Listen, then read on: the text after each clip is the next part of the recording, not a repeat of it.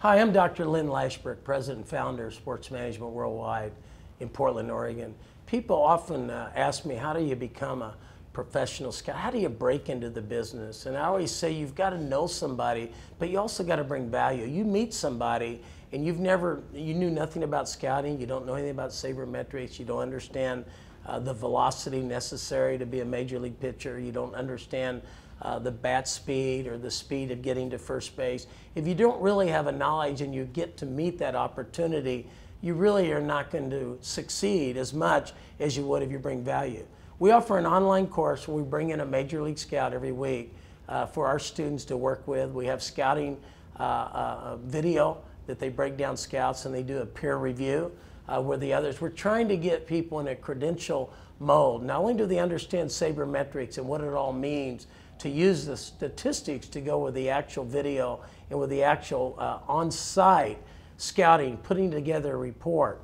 And so we think when you want to be a pro scout and work, not only do you want to be a scout, your goal is to be general manager someday, where you're sitting there reading all these scouting reports and deciding based on the needs of your team, talking to the coaches, talking to the manager, and of course talking to the owner.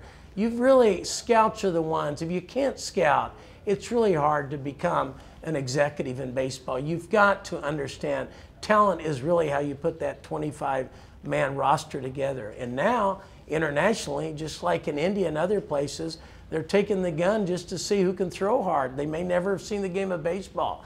But there's 8 billion plus people out there, and baseball is new to the rest of the world. And so what you're finding in scouting is there's going to be more and more opportunities around the world to look at talent.